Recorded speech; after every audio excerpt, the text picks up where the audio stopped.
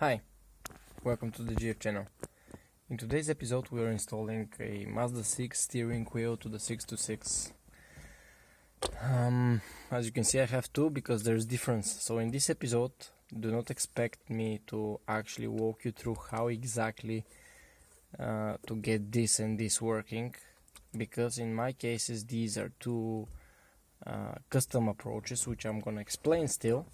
But don't expect me to do step by step. I'm just gonna show you cable by cable which is going where, but you have to do the where part. I'm here more like to talk about the differences between the steering wheels and how to choose the proper one, and then we are actually going to install it here without these working, only connected but not working. At least this is gonna be connected. Without further ado, this one is the audio system, which depends on your head unit. You might or might not have steering wheel control at the back. The Pioneer and Sony, they do have this 3.5mm jack in which you just plug it in, and this one in particular can adjust. You can just press those and it can figure out them, and you just assign button to them. So you could learn this one to work with this without any electronics. Of course, if you remove your car battery and then place it back, you have to do it all over again, which is not good. You could also get those modules, which usually are 40 to 50 euros, which are gonna translate these to any type of head unit, but they are more expensive in this case from this one to this one. So this one is, I don't know, 45 euros or something like that. Another 50 euros is more than what I can offer. Anyhow, this is how you can do this, either with logic or without logic. If your head unit supports it, it's different. In my case, I will do it here, for which I'll have a video later on, not now, it's still work in progress. So this I'm gonna connect to a special logic board, which is gonna translate them for my Android to read. So that's why I'm not gonna talk about these. When we come about these, well, there are methods that you can make those. So the different resistors are needed for these three, and for the on-off button, you can actually just constantly connect it to ground. There is a separate wire in the 626 for this one, while in the 6 it's only one wire. So the separate wire just connected to ground and it's always on, and this button will do nothing. Then replace resistors for these three and you're good to go. In my case, again, a custom thing, I have my my cruise control switched to the cruise control from the 6. So these actually fit the cruise control. I'm not changing anything in here and the cruise control works. It's again a project that it's still ongoing, so both projects I'm gonna post links in the description when they're finished, and you are also gonna get suggestion to look at them during this video. Okay, so to the main question, what's the difference between those two? That's an interesting question. Okay, if I only can pull it. Ta-da! This one has only one plug here, and if I place it, okay, not place it, I'm gonna remove it. Remove also the steering wheel, and this one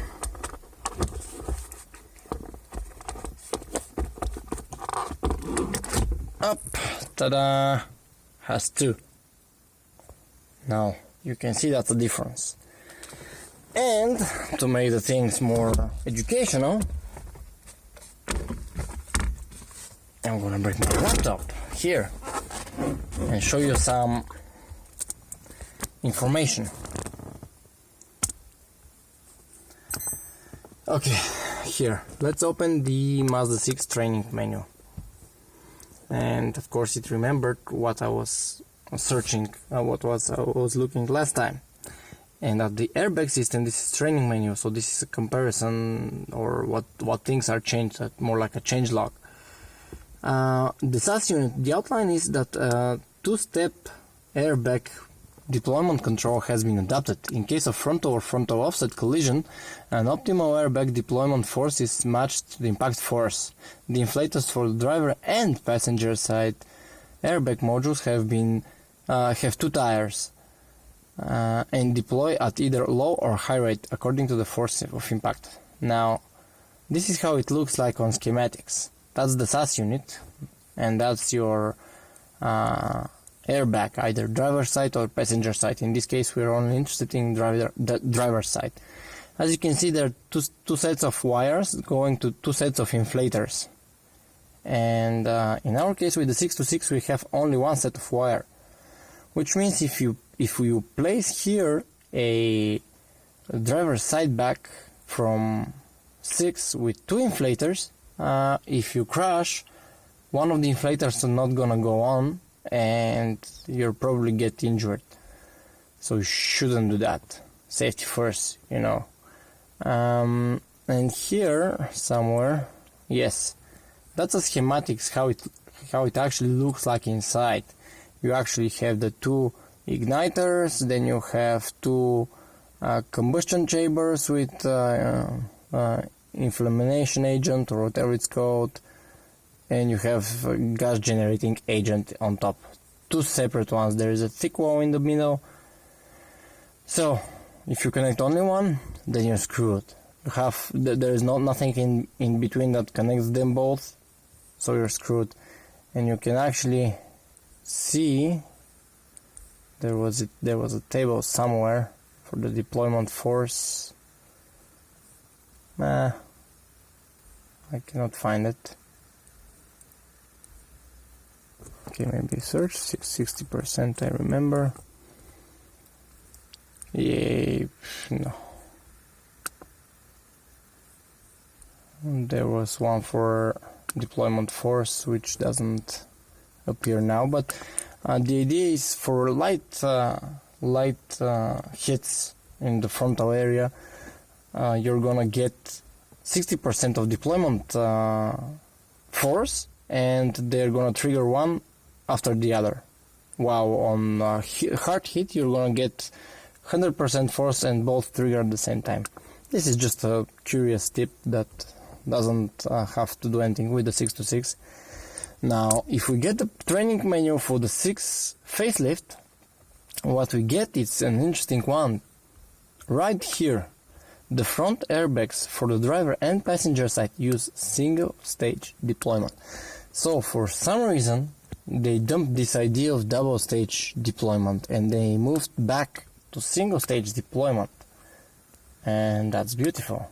That's exactly what we want. So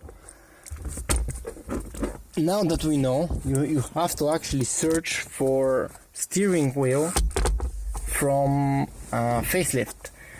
You can guess it by either going and seeing the airbag, or by the sides. You can see they also switched this part of the steering wheel is like the bottom one on the facelift. This is a facelift, this is a pre-facelift. Now the pre-facelift looks much like this one, so they are closer, but the facelift is actually smooth here. To me this seems like more durable thing. I don't know, only time is gonna tell. But you're gonna search for this one. And at the back, if we look, this is 02 GJ6R, and this one from the facelift is not GJ, it's GP and 9A. So these are the differences, and I still advise you to actually look at the airbag before buying, because, and this is important, if you also have one with two airbags, two triggers, the airbags are interchangeable. So this is the facelift version, and as you can see, I can place without any issues and it's working. That's the horn. The airbag from the pre-facelift version, and vice versa. This is the pre-facelift version, and here I'm placing the module from the facelift version. And didn't place it properly. Come on.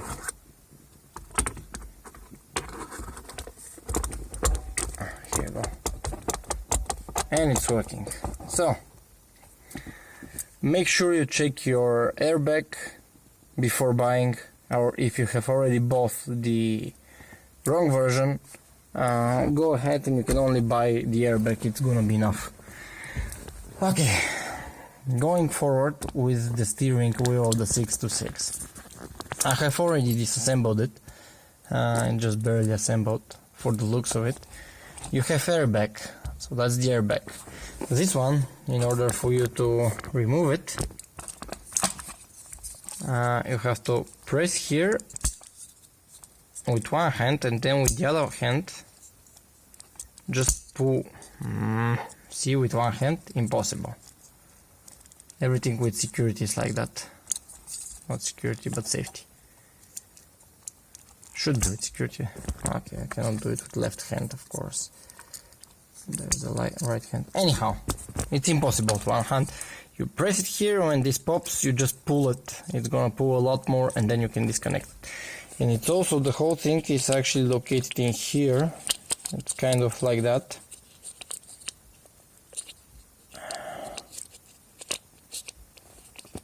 Yes, something like that. And it sticks out from here. You just have to pull it and turn it and remove it from here. Now remember, all airbags shouldn't point you, because static electricity can deploy them. So be careful. Always touch a big metal object before working on this. And also it's a good idea to remove the battery for 10 to 15 minutes, what I did also. Then you remove this. This is your cruise control with the horn. Then you unscrew this. To unscrew this, you have to lock your steering wheel, because currently it's moving, and this movement is gonna prevent you from actually having force to turn this nut when it's tightened. Then after you do that, it's not gonna come off easy. What you need to do is pull with one hand and then smack it at the back with the other hand. Keep smacking hard, as hard as you can, and it's gonna come out of these. Yes, these here. Then you have these three, which are going to remove this one, which you also need to replace. That's what I forgot from the 6. You not only need this, but you need this only. So this we need to connect. The cables are here.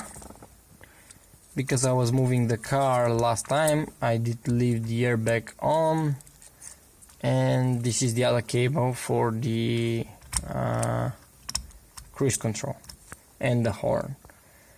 So this here we're gonna modify along with the airbag, of course.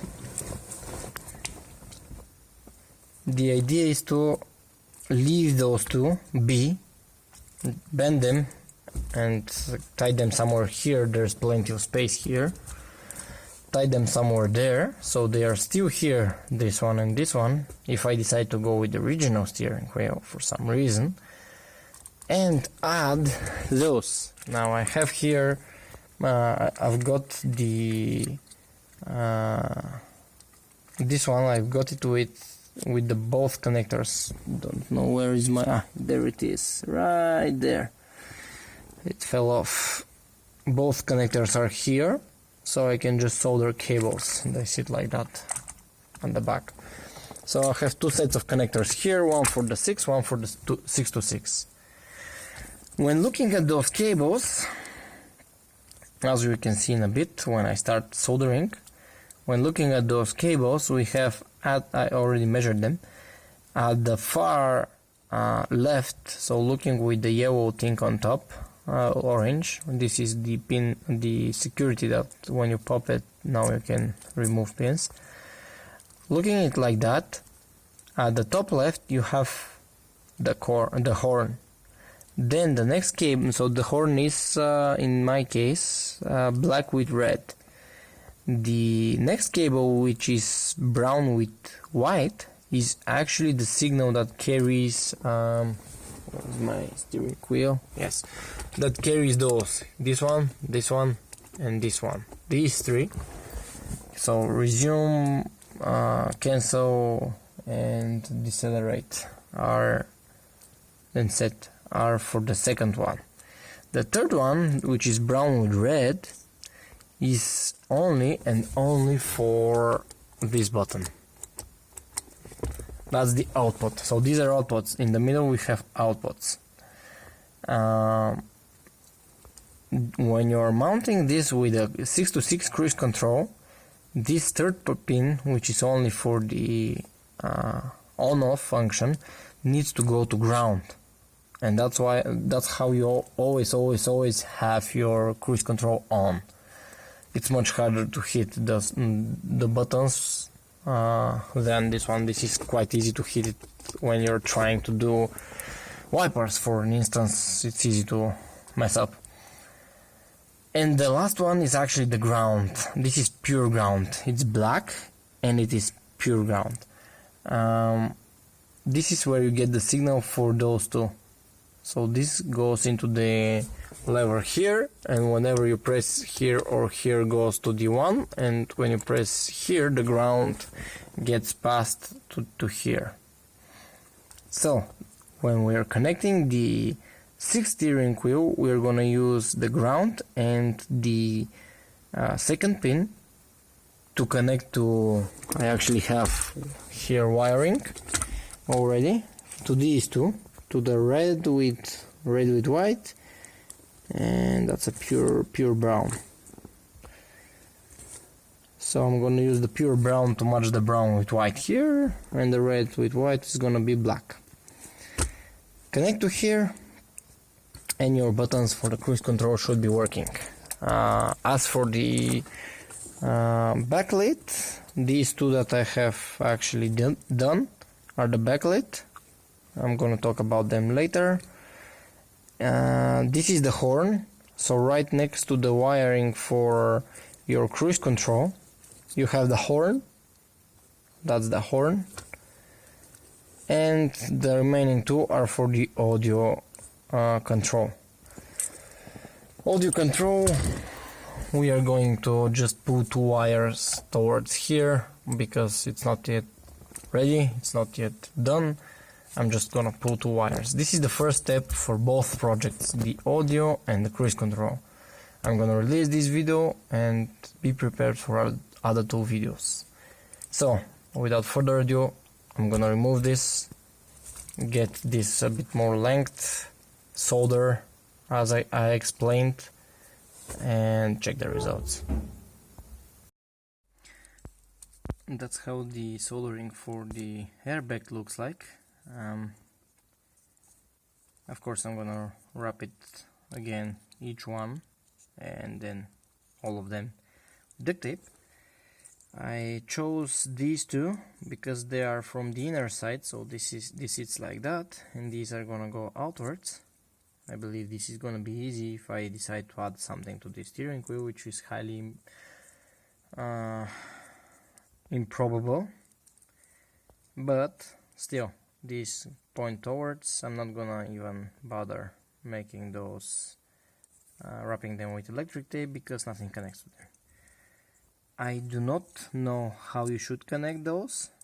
I really didn't find any information on the internet, but by looking at the schematics I can figure out that this is just the trigger is just like a light bulb. It gets hot when current passes through it, and you can place it in both directions and it's still gonna get hot. And also it makes sense to actually take the human error of installation out of the equation, so just use something that works in both directions. It's always better. This is why I just connected them like that. The purple to the yellow with black, and the pinkish thingy goes to the red with yellow with red. And when you connect these to here, where is it? It actually goes to the yellow connector. This goes to here. This one will be free. By the way, something I forgot to mention, on the facelifts, even though they have a single deployment stage, they still use the same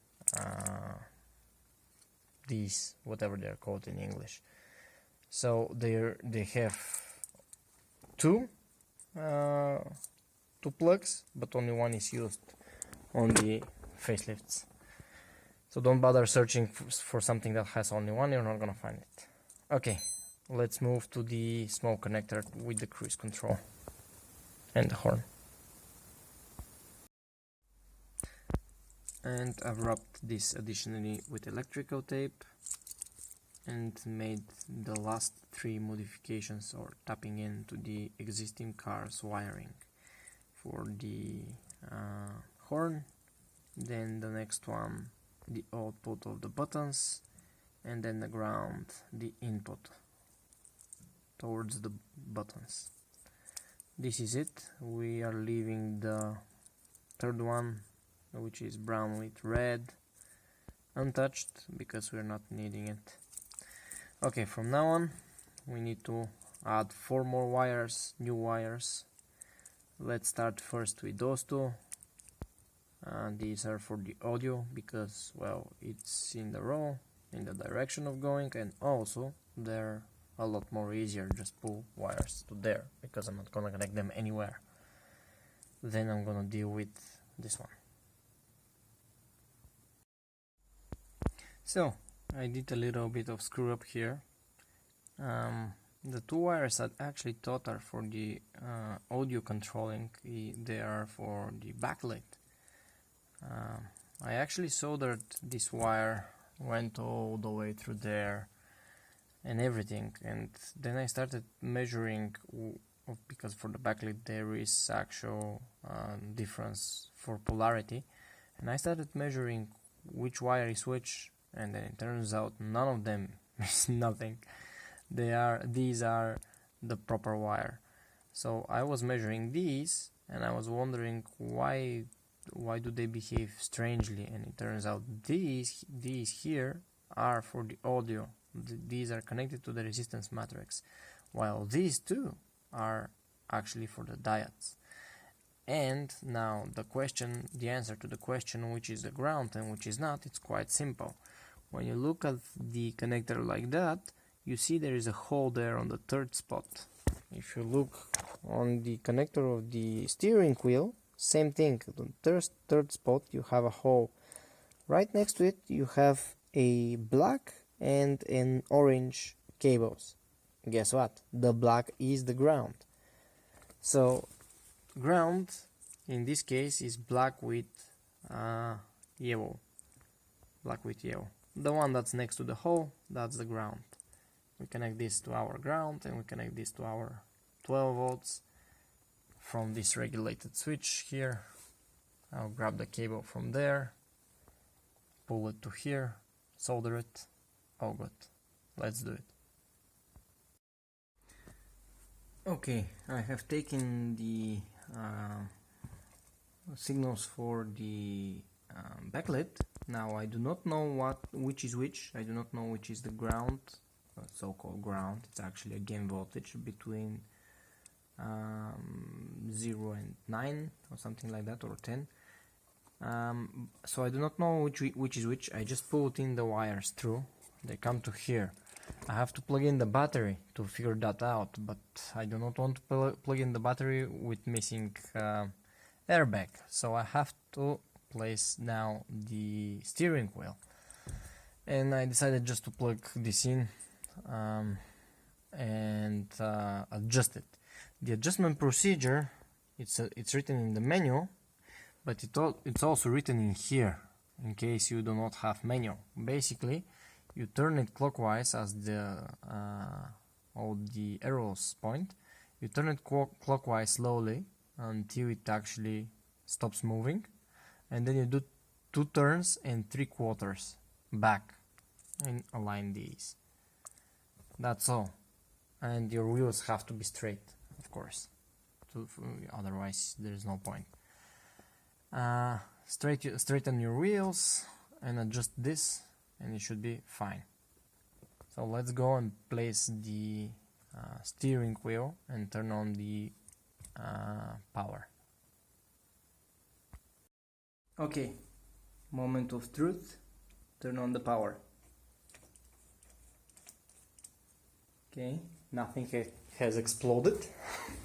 That's a good sign. Okay, we have lights, we have indicators. Now I need the car key, of course. Where did I leave the car key? Here we go, that's the car key. Now, this is neutral. I'm gonna duck in case this actually goes off. Okay, nothing goes off. And I'm hoping that yes. And there's no error code also. So it's happy with the setup for this. Okay, that's quite good. Everything seems good then. Let's check the cruise control. So the procedure, so we can check if these are actually working. Now, since I do not have lamp for cruise main, I do not know if I'm active or not. So we'll see. The procedure is started by pressing this and then pressing once this. Hold this 3 seconds, and we see there. So these are working and should be fine if I start pressing them, like set and coast. Yes, here we go. 2 okay, 21 for the set and coast. And this one also has a travel code. You click it, 22 I believe it was. So these are working. Now this is not working, but what you can see that this was working because it actually enabled the procedure, and that's it. These are working. Now let's actually measure the voltage and solder everything back in. So this is how it goes. This is the ground. This is supposed to be connected to the minus of the diodes in the steering wheel, and this is supposed to go to the plus. So to put it more simple, this light blue, green, cyan, I don't know, color is coming with this green color. These two have to be connected, and then the white one goes with the black one. Here they have to be connected like that. So I'm gonna solder them now and make sure it's not wobbly here, and then move this cable where it's supposed to go. Okay, unfortunately the light of the newly installed LEDs is actually quite low, and I'm not happy. They are green, they are lit, but you cannot see them. As you can see, there's nothing. But at least I know that I have proper installation of the wires. Now I'll go and buy bigger LEDs, because by mistake I took smaller ones, and they're not powerful enough. So I'm gonna show you also how to change your LEDs. Okay, a bonus. I'm going to paint these to something more matching the color of the car. What I have in mind here is Plasti Dip, gunmetal one. It's currently sitting in warm water, although it's warm outside, but still making sure that the spray pattern is thin. This is gonna be my first spraying I never painted, so don't judge. Not gonna show how to spray, of course, but these are the parts. I'm planning to do this. Here it's the top part, so this shouldn't drip. I've made it higher, so it's more. Otherwise, it's like that. The angle, it will be impossible to paint. These the buttons are not removable. These ones, or at least I do not know how. I tried few times. And these are the caps for the sides, which I actually bought brand new because the one I got the steering wheel from didn't have those. So these are GJ6A32-9L102. That's their serial number. You can get them brand new for like €6 or something like that. So ready to paint. I clean them. First I clean them using alcohol, and now I should be ready to paint. Okay, painting done. I'll do one final coat, but color won't change. Result is quite satisfying. Everything seems quite good. The only thing that I do not like is that it turned out to be darker than I thought. Color matching, one is black, one is dark silver. I thought it's gonna be a bit lighter. Anyhow, while waiting for this to cure, let me show you the LEDs. So these are the LEDs that I told you that they are actually quite dim. So these I have changed. These are green LEDs and they are smaller than the original ones. You have total of 10, 4 here, 4 on the other one. These are exactly those. So they are 2 by 125 millimeters, green, clear, and that's the main part. 50 MCD. That's how bright are they at 2.1 volts and 20 milliamps.